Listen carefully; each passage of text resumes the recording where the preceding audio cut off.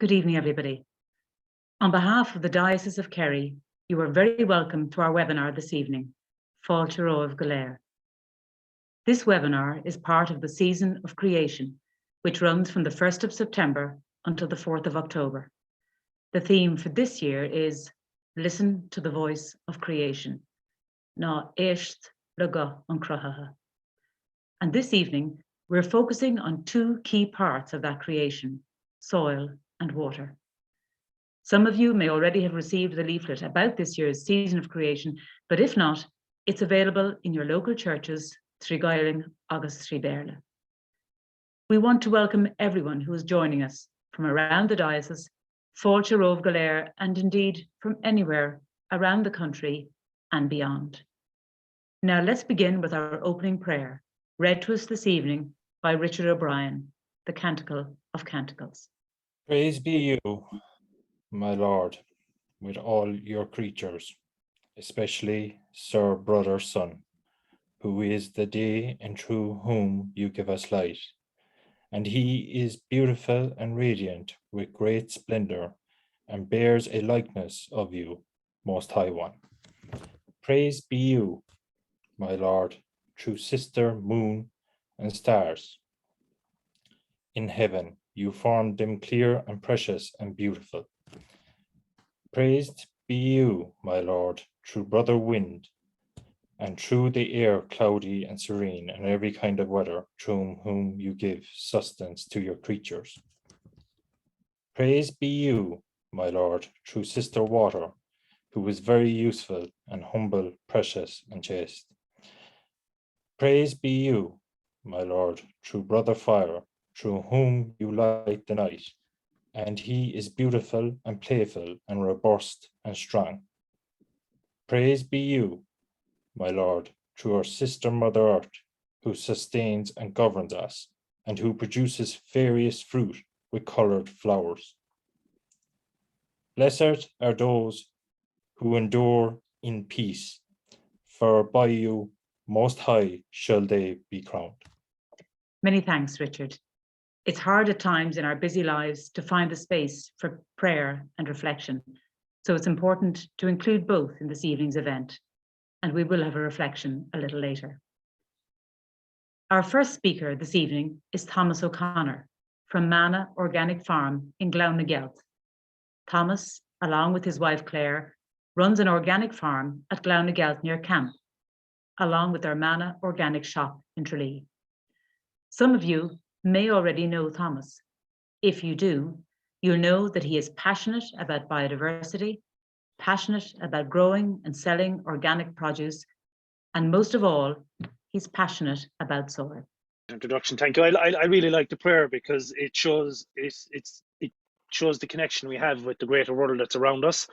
And you'll see as I go on and I explain about the soil food web that our brother sun is a very important part of that, and all the other organisms that we share our existence with are an extremely important part of the world we live in and our health.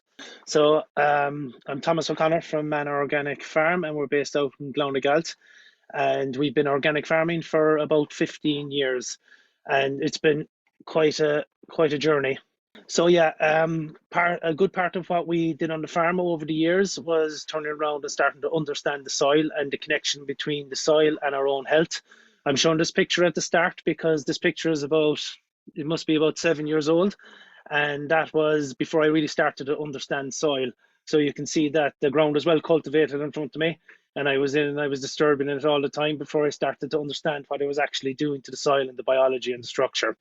So you can see this is a picture of our farm a few years ago, and a bit closer than it is, and you can see there's no uncultivated ground, and there's a good bit of diversity inside in it. So my own background and how I learned an awful lot about soil was by engaging in community groups and starting to learn a bit for myself. Some of those were through becoming an organic farmer. So the first thing was to do no harm, to put nothing out in the ground that was going to damage the biology, to have good rotations and good animal welfare and things like that. Working with Transition Kerry over the years, trying to build resilient and sustainable communities. And as we started addressing that question, we were wondering, how do you do it? And food was a very important part of it. But food as just food isn't necessarily good enough. We need good quality food. One of the reasons I became a farmer years ago is I learned that every atom in my body replaced itself every 7 years, and that I literally was the landscape I was eating. So in order to become a better Kerry man, I needed to be eating the ground that I was living in. I'm also involved in a group called Talamh Bio, reconnecting land, people, and community, and then turning around and working with the Biodynamic Association, which is just a level above organics. It's organic plus plus. So soil is alive, and it is because the difference between soil and dirt is essentially the biology that's living inside in it. If you turn around and look at that screen there, you can see the chart, and they're saying that organisms are essentially only 1% of it. But that 1% of organisms inside in that biomass are what's responsible for the structure and the health of it. Because if you don't have those organisms, essentially all you have is dirt. If you want good, healthy soil, you need to turn around and look at the soil food web and to understand how all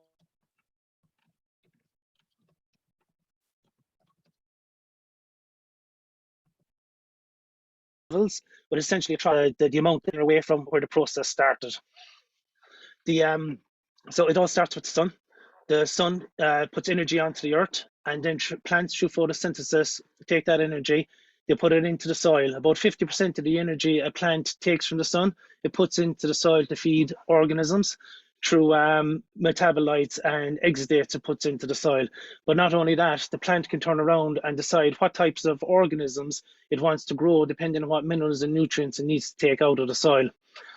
So it also produces organic matter that are digested. But the first steps in the process, once the plant starts to photosynthesize, it creates sugars and it puts them down into the soil. And what it's doing there is it's feeding bacteria. And the bacteria live around the roots, so the plant is essentially farming bacteria around its roots. Those bacteria turn around and they digest minerals and rocks, and they digest minerals around them, but they turn around and produce a huge amount of nutrients inside in their body. So the plant is feeding bacteria that produces a huge amount of nutrients. And then what happens is you have other organisms that turn around and consume that bacteria. So bacteria has the highest amount of nitrogen to carbon. So when something else consumes it, it deposits the nitrogen around the root of the plant itself, which is what actually feeds the plant. But not only does it deposit nitrogen around the root of the plant, it deposits all the other minerals and nutrients the plants need. So this is the overview of our farm. And you can see that it's uncultivated. The first slide there was the ground that was uncultivated. You can see none of the ground here is uncultivated. These are the different organizations. This is the soil is alive, and you can show that 1% of it there is the biology, and the biology is responsible for the actual health and well-being of the soil. So what we have here is the soil food web. You can see the outlay of it. The plants are to the left, and the sun and the sunshine, which is great in photosynthesis. And then you have the organisms running through it. So like I was saying, the bacteria are farmed pretty much by the plant, and they release the minerals and nutrients. But the minerals and nutrients are only released when higher levels of organisms start to digest the bacteria. So the plant is farming the bacteria, and then the other higher levels, as they consume it, they're turning around and taking the carbon, taking some of the nitrogen, and then literally like a poop loop, they're pooping around the roots of the plants, which makes the nitrogen and other minerals available to the plant. You also have fungi. They turn around and they break down physical matter and rocks. So they break down all waste materials, and they're responsible for digesting the rocks and making the rocks available to the plants. So the structure of our soil, first of all, you have the bacteria. And one of the things bacteria also do is they produce glues. So as the bacteria grow, they produce glues that create very small particles of soil that they hold together so they won't get washed away by the water and the rain. And then the fungi turn around and create massive networks throughout the soil that hold a whole lot together in like a spider's web. So between fungi and bacteria, they're the start of the food chain that turns around and feeds the rest of our system. The diversity of bacteria and the diversity of fungi are extremely important for the amount of and for the different types of minerals and nutrients that are made available to the food chain as it passes. But essentially, it's the case that the plant is literally farming the bacteria and the fungi, and then you have the likes of nematodes And nematodes get quite a bad name because they tend to be only known as root feeding nematodes. They turn around and feed on the roots. But when you have a balanced system, you have predatory nematodes and you have bacteria feeding nematodes. So the bacteria feeding nematodes are the ones that consume the bacteria and release the nutrients into the plant. But what they do is a nematode or an amoeba would turn around and consume 10,000 bacteria in a day. So they turn around and release a huge amount of minerals and nutrients. And then you move into the arthropods and the worms and stuff that turn around and eat and consume those. So you end up having a very large nutrient cycle, all driven by the plant. But the latest scientific information shows that the plant can decide what kind of bacteria it wants to grow depending on the minerals and nutrients required. It can turn around and have different pH levels along the route depending on what it needs to turn around and digest from the rocks and the minerals inside it. So the whole system is connected. But essentially what's important is that if you don't have the diversity of biology inside in your soil, you don't have a diversity of minerals and nutrients that are available to the higher life forms. So the reason bacteria and fungi are so important to the food system and so important to us is because if they aren't digesting the minerals, then that doesn't move up through the food chain and we don't get to digest it. We have the earthworms. So when you move up to the fourth tropic level, you have the likes of earthworms and arthropods and beetles, and they're essentially munchers and chewers of the soil. They open up caverns through the soil, they open up airways, they turn around and make a physical structure. And like I was saying earlier, if you don't have all these organisms in the soil, even though they might only be 1% of the weight, you don't actually get soil, you end up getting dirt. And dirt is essentially just a medium to hold a plant up, whereas soil actually represents life itself. And as you move up the chain, you end up getting birds and ourselves at the top of the food chain. So the functions of soil themselves is about the production of food and fiber. So if the soil isn't healthy, we don't have food and fiber. In our modern agricultural systems, which is very much driven by chemical inputs, we don't have the diversity in the soil and we don't have the biology working. So what happens is that we don't get the minerals and nutrients coming up through the grasses or the plants that are growing inside it. Our soil is extremely important for fixing carbon into the soil because it turns around and it takes the organic matter in the first place, and then it takes all the carbon that's embodied in all the organisms that are living inside in the soil, and it holds it within themselves.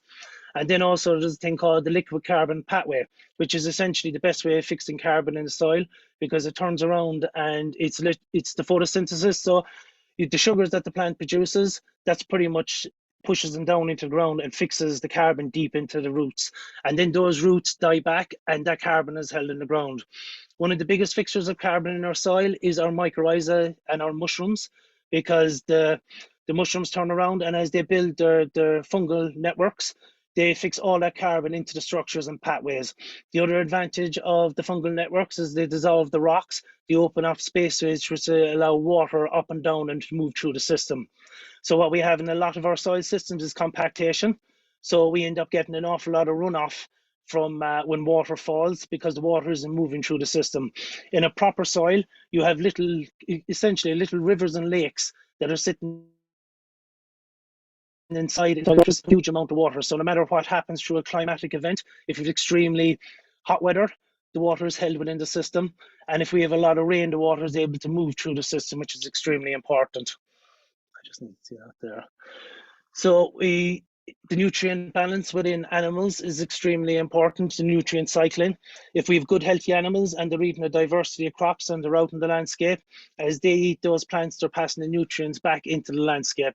Unfortunately, an awful lot of the animals at the moment are kept in housing, they're fed in soya, so their diets are unhealthy. The cow has always been a sacred animal around the world. It was sacred in Ireland, it's sacred in India, and it was sacred because it's the primary inoculator of the soil. So a lot of the biology in the soil as the cows are eating it with their four stomachs digesting, and they're passing the material back onto the ground, it's also helping turn around and feed the biology. As the amount of organisms grow inside in the soil, the better it is. So a healthy soil could have up to 75,000 different types of bacteria, and it could have up to 70,000 different types of fungal activity. So we think of fungi as just mushrooms that you see above ground. We only end up seeing only a fraction of the mushrooms, a fraction of the fungi that are there. So a lot of the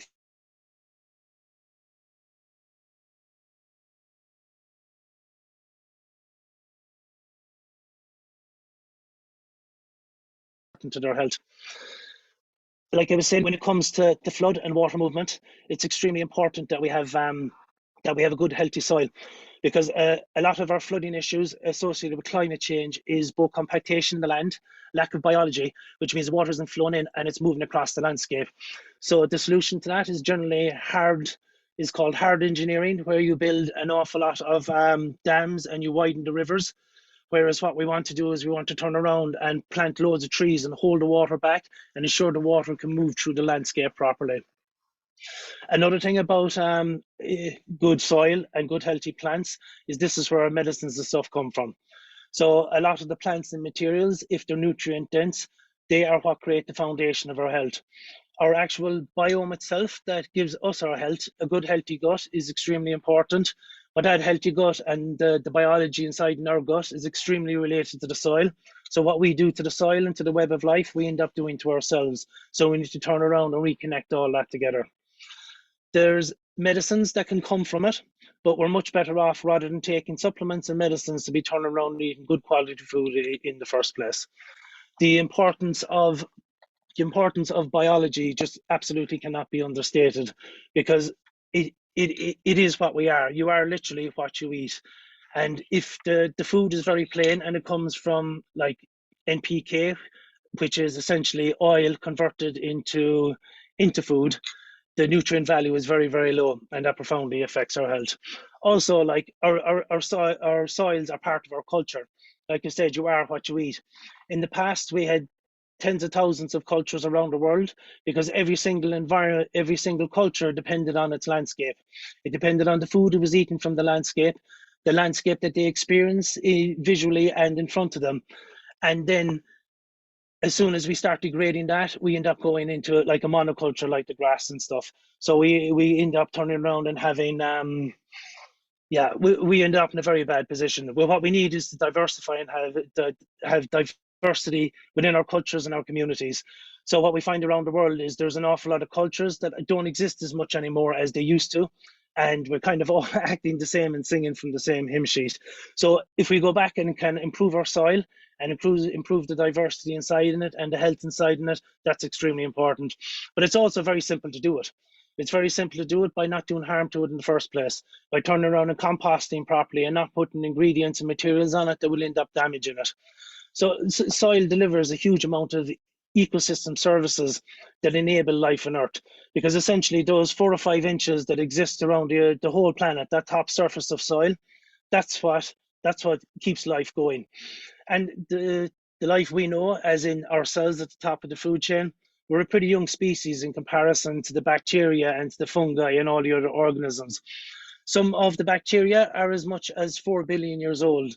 Some of the fungi are as much as 2.5 billion years old from fossils that they found. So from our own point of view, if we want to learn who we are and where we're coming from and learn from nature, we need to turn around and start respecting these organisms rather than damaging them. So I suppose I just want to finish by saying that there's no point sitting at home and being concerned about what's happening in the outside world. No, there is a big point about it, but you don't want to be sitting at home terrified about the fact of what's happening to the environment and what's happening to the polar bears, and the fact that you think you can do nothing about it. But actually we can do an awful lot about it, because if we can start to understand the soil again and we can start to imagine how we work with it, then we can start to create a new vision for the future. And then it's about turning around and actually taking action.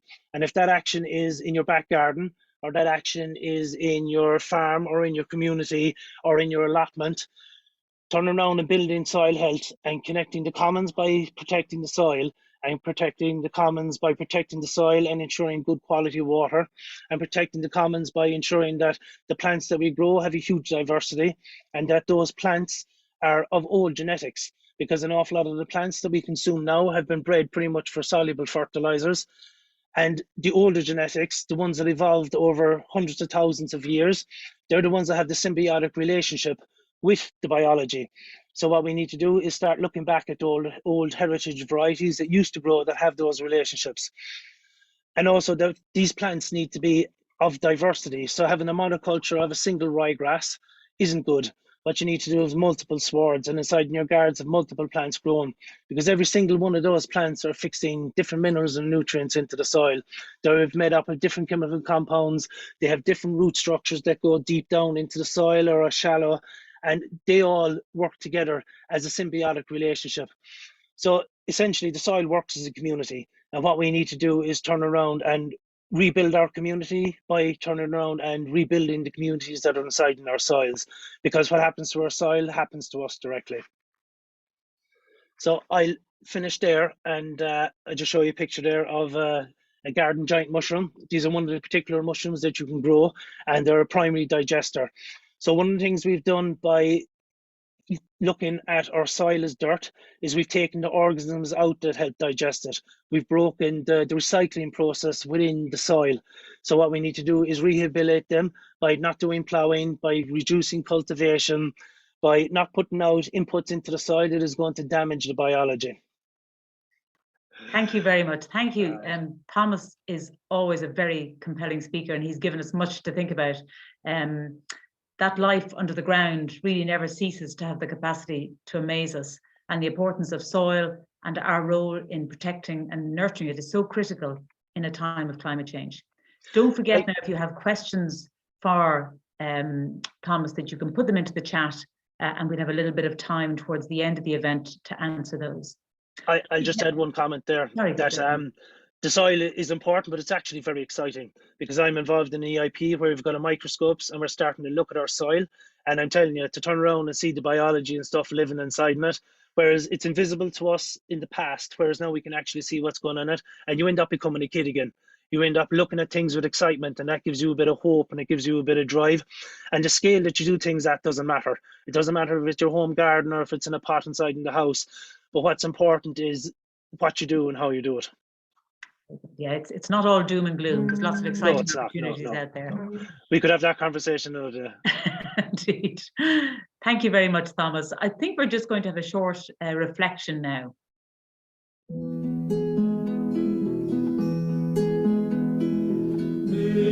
Listen and gentle be present to all you've ever close kept in your loving heart.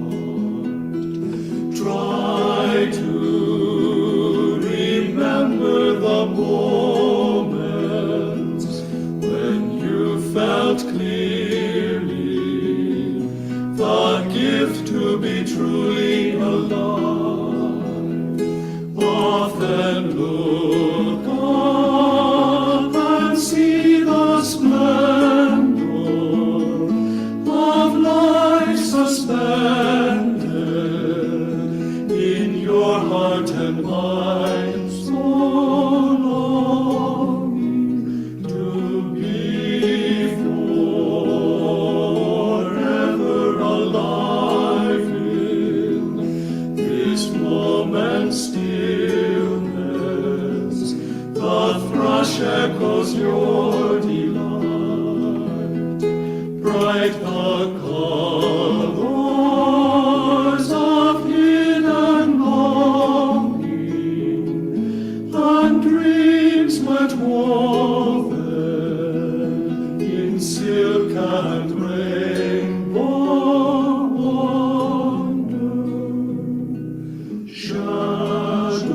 Shadows appear at your doorstep, but don't you worry, life's lesson has blossomed now. This moment immense with a stillness that makes you listen and want to be listening, and want to be listening.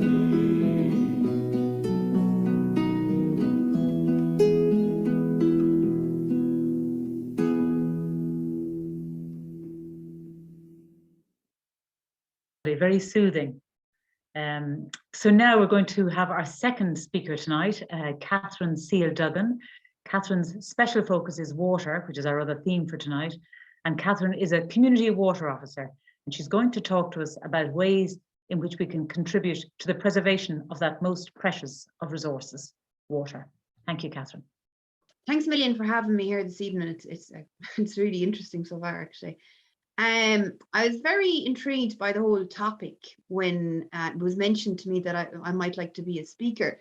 And I suppose I'm community water officer for Cork, but there's a vacancy in Kerry at the moment, so I'm kind of covering a little bit of Kerry, or doing what I can on top of Cork. And I suppose you'll clearly hear that I know more about Cork than I do Kerry, but I know Kerry probably more from going down to visit it on holidays and stuff like that. And it's certainly probably one of the most scenic counties. I better not say it's the most scenic county, or Cork will be given out.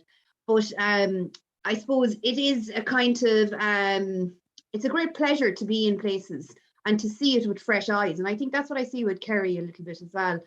And, you know, when you're down around the mountains and you see the mountain streams and stuff like that, and the beaches and all the rest of it, you do get a real sense of how good things are and how important it all is and how important it is to look afterwards.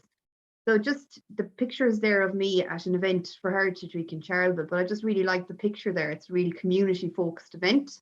And that was a real community at the side of the road event, and the tidy towns and the local councillors got involved. And I really just liked that event.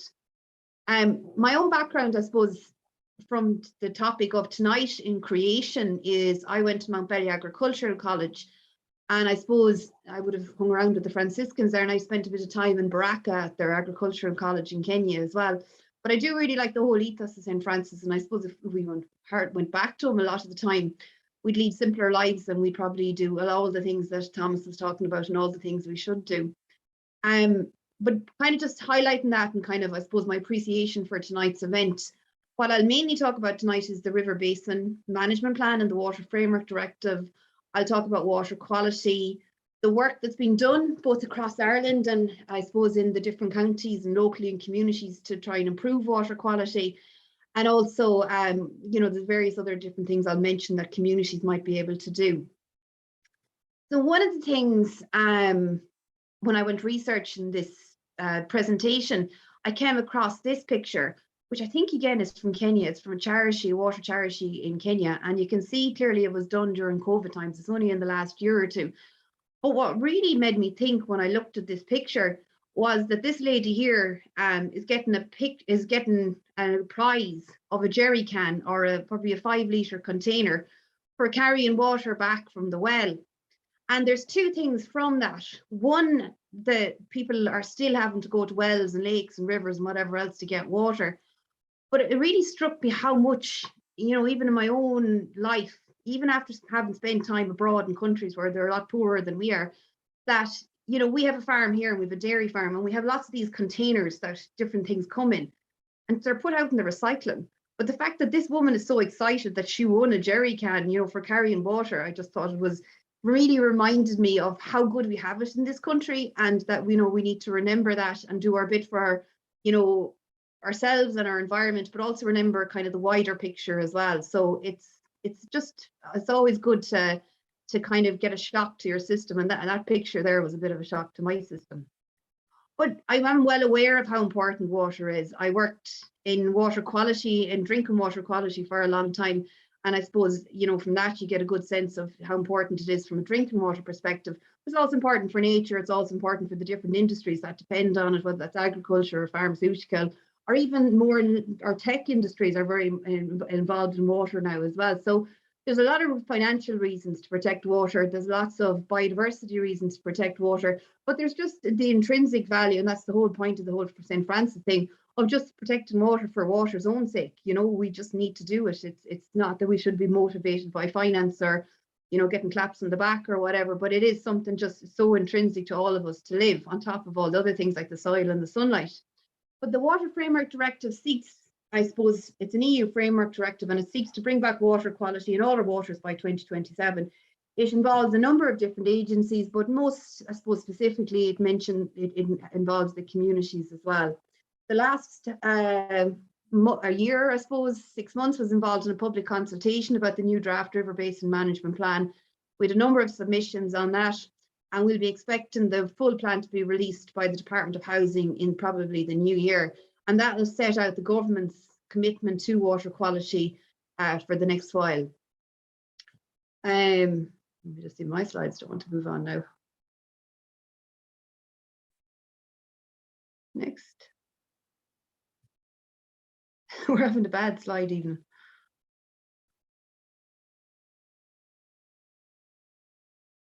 Oh yeah, there we go. So what do we mean by water quality? Water quality is measured from bad to high.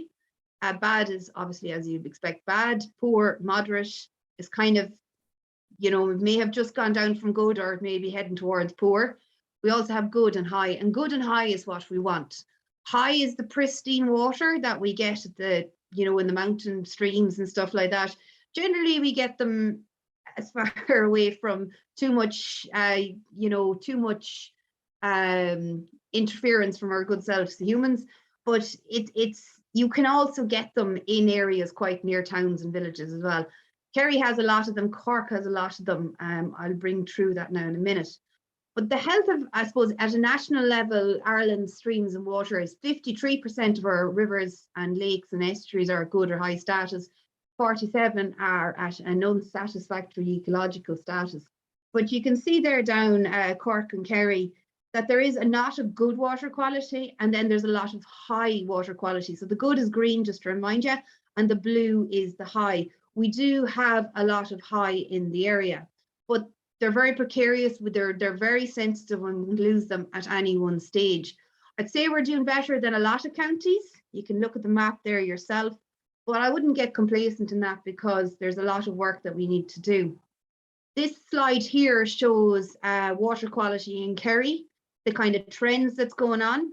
And I suppose the green seems to have improved, but I wouldn't worry about too much about that because you can look at the high status water bodies back in 2007, 2009 was 50 rivers or so, whereas high status, that's gone down to 21. So that explains the good.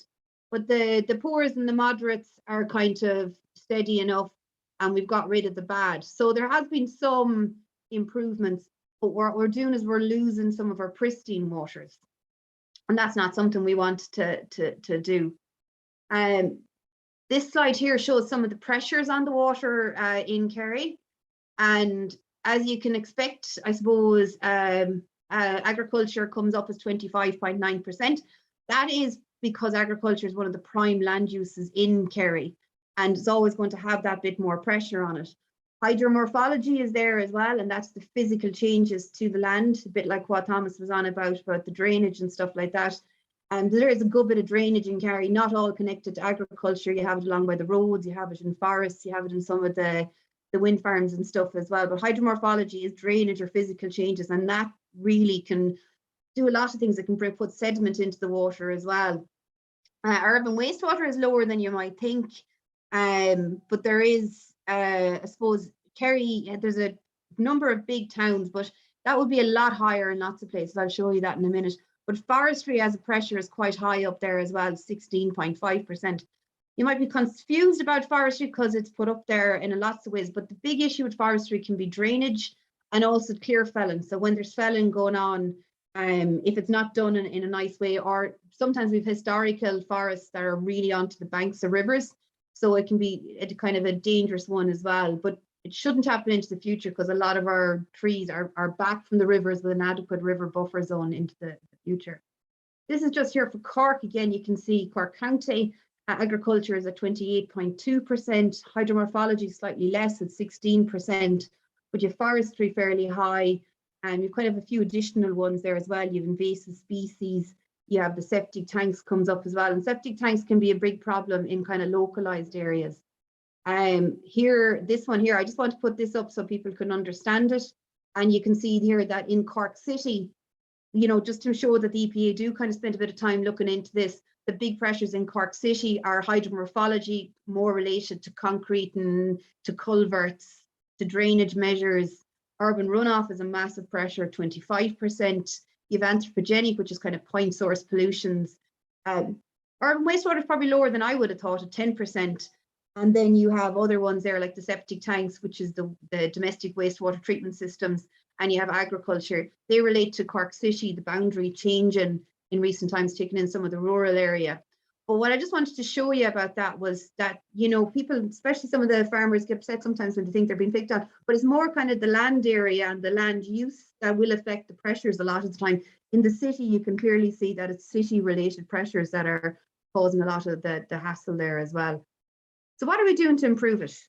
One of the things we're working on is the prioritized areas for action. These are kind of catchments, mini catchments that have been targeted for scientific assessment, where the scientists go out and they try and figure out what's going on.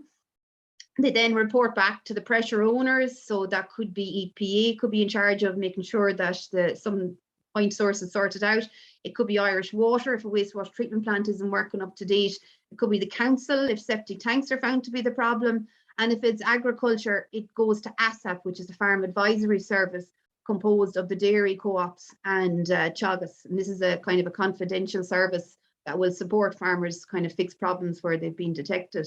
If you're a farmer listening today, ring up your local Teagasc office and they will support you with that. There is different issues. Some of not always what you think would be the problems. It's not always the obvious ones that are the most likely things, but you can find out lots of things like, you know, certain things like using the sheep dip and stuff like that. You know, they can give advice on that.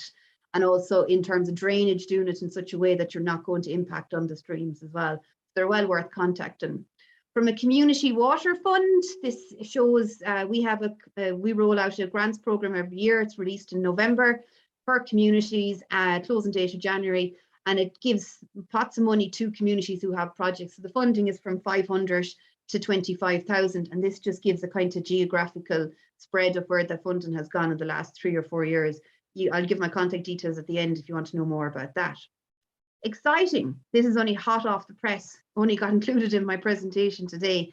This is from South Kerry Development Partnership, and there's going to be an online training course dedicated to kind of the protection and improvement of water quality. South Kerry Development Partnership are rolling it out with Very. The details are there, but if you want to join the program, you have questions, contact the South Kerry Development Partnership. It's going to be an online course with some field days as well. Well worth doing if you want to know more about how you can protect water quality in your area. One of the things they'll probably cover in the course is citizen science. This is teaching people how to do the kind of get a gauge of water quality themselves, be that in your river that runs at the back of your garden, the back of your farm, through your local village or whatever it is. You can go out yourself and figure it out. You're looking for the creatures. The top ones here are the mayflies and the stoneflies and the green caddis. They are, very pollution intolerant. They like good clean water. So if you find these in your stream, happy days. If you find the crowd at the bottom, the leeches and the water louse and the snails, if you find them in a large quantity and not having any of the lads in the top, that's a good indication that there's some sort of pollution in your stream and that you maybe need to seek support on how to sort it out. This just gives an indication of where the sampling has been going on at the moment. Big bias towards Cork, big bias in Kilkenny. Kilkenny have done a lot of sampling as well. There's a couple in Kerry, but definitely citizen science, we've room for more points on that map from the Kerry side of things. Another programme that has been devised at the moment is a Waters Alive Blue Dot programme, €20 million project. It's 6 catchments across Ireland, 2 of which are in Cork, the Aubeg and the Shornock, but there's also the Sheen, which is down towards the Kenmare direction. And what they'll be doing is they'll be doing an information session there soon enough, and they'll be telling you a bit more about it. And as far as I know, there's going to be some results-based kind of agri-environmental schemes targeted in that area. So you'll know more in time, but keep an eye on the website Waters Alive and we'll find out more. And there will be a public meeting in Kenmare at some stage before probably the end of the year. Touching on the Comola area, and there might be some of the Bantry people here today. Very good water quality up there. The Comola is Q5, which is the highest of the highest water quality. And this booklet has been produced by Streamscapes down there, an education sort of charity that works out there. With the local community contributed to this booklet, kind of highlighting how good Comola River is. And I just think that it's important to read the top line there. And that is the fact that Comola River as a blue dot catchment is a credit to all the people living and working there. So, it's not all doom and gloom, as we said earlier on. There's some very good water quality in some areas. It's poorer water quality in other areas. Find out what your own water quality is. You can contact me, or you can look up a website called catchments.ie, or contact the council, the environment section of the council. They should be able to tell you that as well. And we can work from there in terms of what your water quality is. Nature-based solutions. I have 2 more slides, I think, so I won't be too much longer. Nature-based solutions, one of the things we need to do is not only protect water quality, we also need to slow it down. We need to make sure that when it rains, as Thomas was saying earlier on, that it doesn't just come off the sky and straight into the drains. We need to allow it to sit where it is a bit, to kind of let it do what nature intended it to do it. And that is that we don't want it all rushing off into the river and possibly into someone's back garden or house or whatever. We need to slow it down. Slowing it down also stops the sewers and the stormwater combining and letting discharges into the river. So that's something that happens, and something we don't want to see happen. So we want to manage our stormwater a bit better. It's not always out of sight, out of mind. And there is information on that as well available. The planners and the local councils are getting involved in it.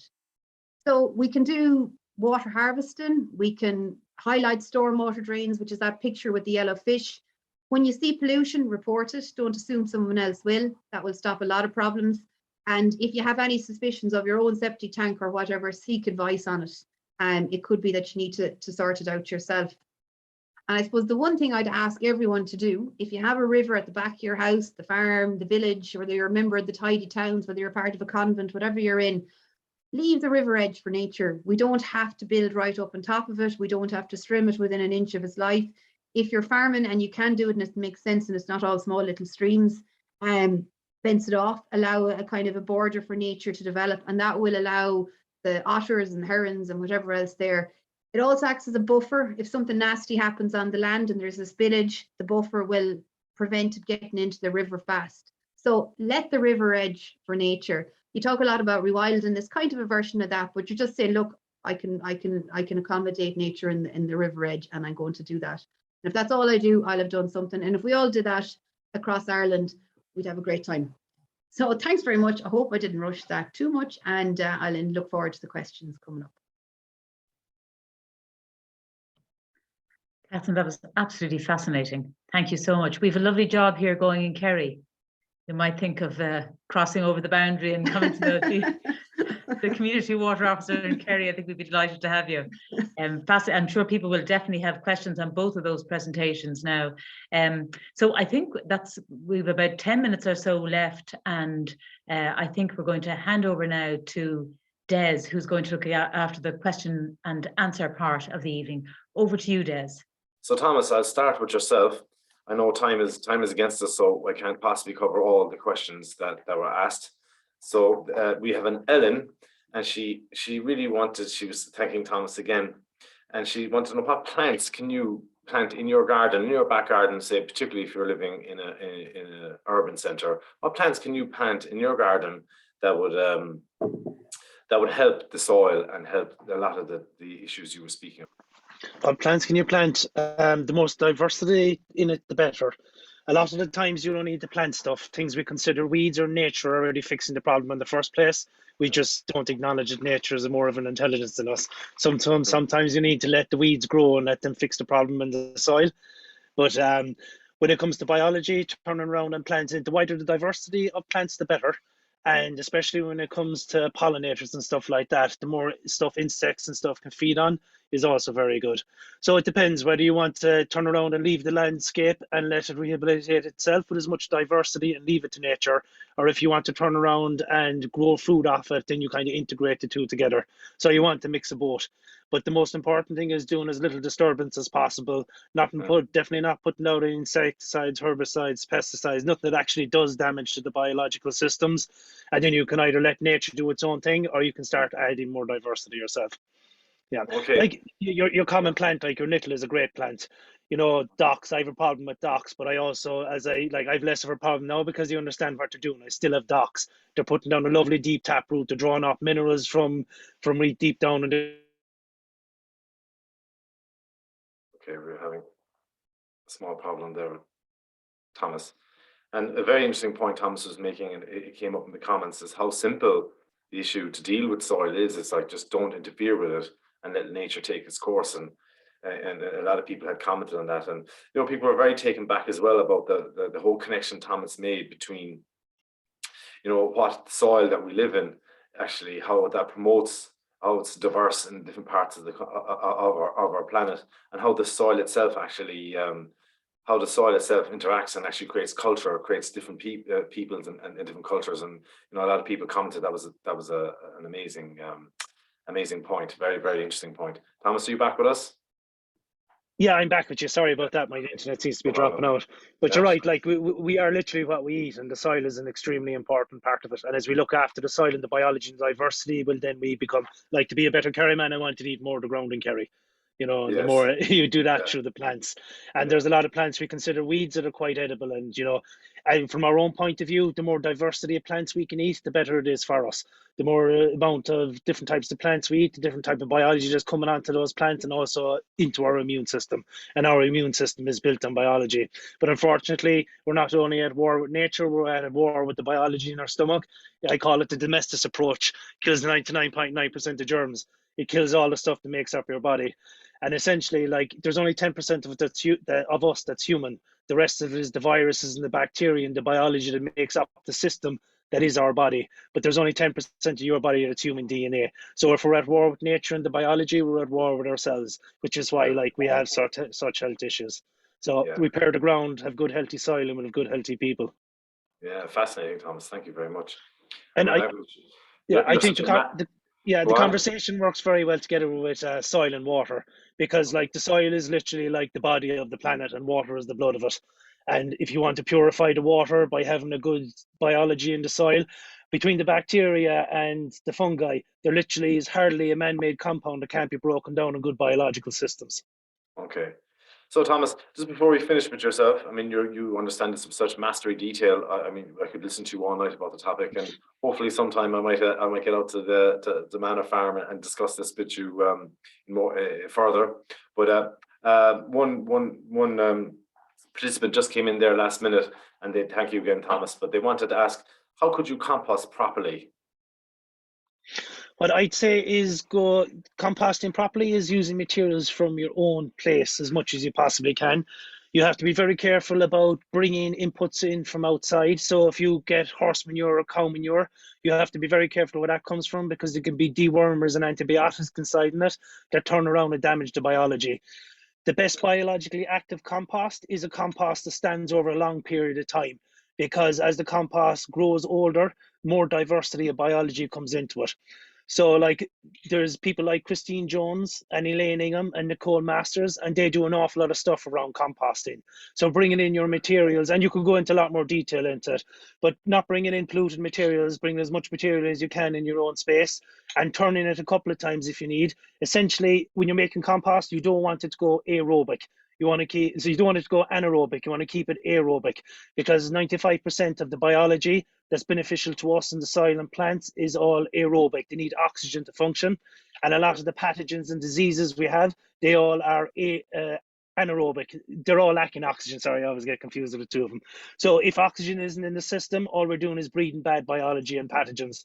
If we keep the compost well aerated, so if you're smelling a rotten smell off of your compost, then you need to turn and get oxygen into it. You're off-gassing all the valuable stuff off into the atmosphere. Okay, thanks, Thomas. Catherine, I'll move on to you now. We have two questions for you here this evening. The first question comes from Mary, and she would like to find out more about testing the local water course. So there's a few different ways you can do it. The kick sampling is probably the easiest a lot of the time, because you can get a lend of a net or a tray, and you can, if you don't want to go in yourself, you can send some young person in, and you have your net, you kick the bottom, the rocks, and the creatures will flow into the net. And you can do by that, the thing I saw with the mayflies and the stoneflies, put it into a white tray, have a look at it, and you'll be able to tell the water quality from that.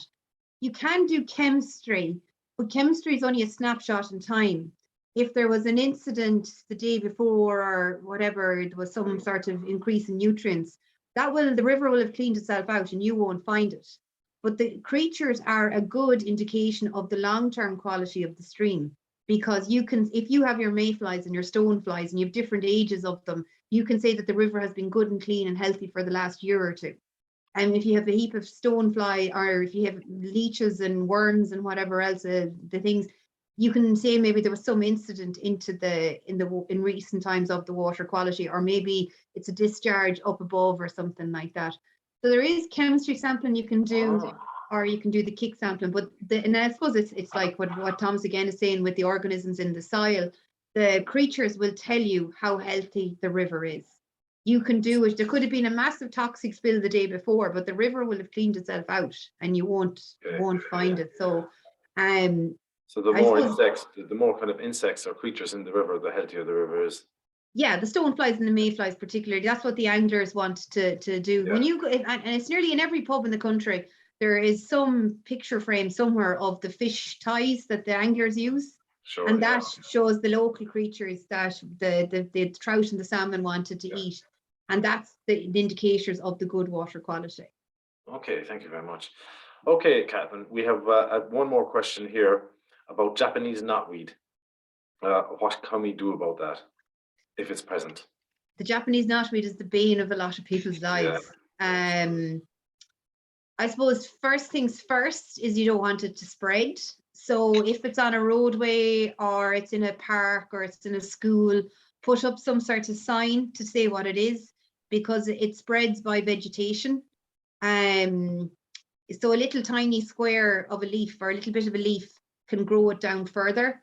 So on a river as well, in flood events, it can go further down the river as well. But obviously you can't put a sign up for the river. But certainly for anyone who might be using a hedge cutters or trimmers to stop people cutting it, that's the first thing to do. The second thing to do then is apply to us for funding. We funded before in the past invasive species surveys. So we'll get someone down to survey it for you, and they'll understand the extent of the problem and what the best treatment is. I won't mention any chemicals in front of Thomas because he won't like it. But what you do then is that you'll have to get a body down to assess it, to see what needs to be done. It can depend on the scale of the infestation, but they're trialing something now up in Donegal at the moment. I think you might even know about that, Thomas. But it's looking at I don't know, something about the flora again, or the microorganisms in the soil, as a way of kind of reducing the Japanese knotweed. Okay, Japanese knotweed tends to grow in waste ground. So if you have a good healthy system, a good healthy field, a good healthy garden, or whatever, Japanese knotweed tends to move into sites that have been recently excavated or interfered with in some way. So if you can replace the soil structure in a good way, that can go some way towards it. But I suppose the best thing to do is to get your survey done, to look at the extent of it, and then get a company down to treat it, or tell you how best to treat it. We've also trained up individuals in how to look at it as well. But it's a nasty one, and I suppose the best thing is not to allow it to spread. And I suppose, harken back to Thomas as well, don't be interfering with the ground unless you need to, is a big thing as well. I'd like to thank everyone who contributed to our event this evening, to Richard, who read our prayer earlier, to Des for looking after the questions, Father Godley behind the scenes, probably doesn't want me to mention him, but I will, and especially our two speakers, Thomas and Catherine, for those really thought-provoking presentations. Thank you also to all of you for joining us this evening. Vi mar harvestásta vervor dianta anocht, mele buejas Steve Galer. We hope you enjoyed it. Good night and God bless.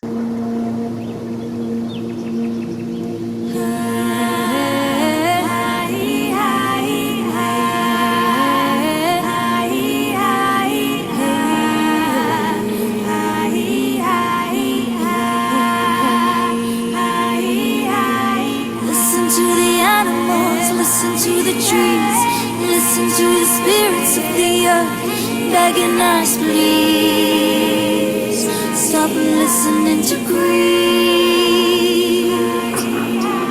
Listen to the rivers, listen to the sea, listen to the spirits of the deep, begging us please, stop listening to greed.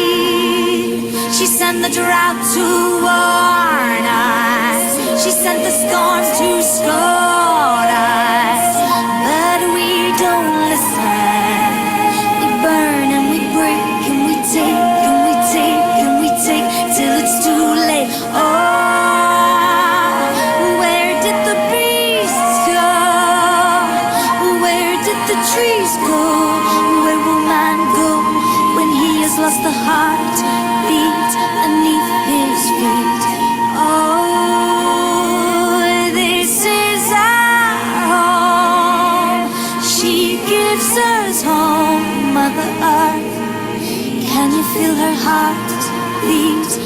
beneath your feet, heartbeat beneath your feet, heartbeat beneath your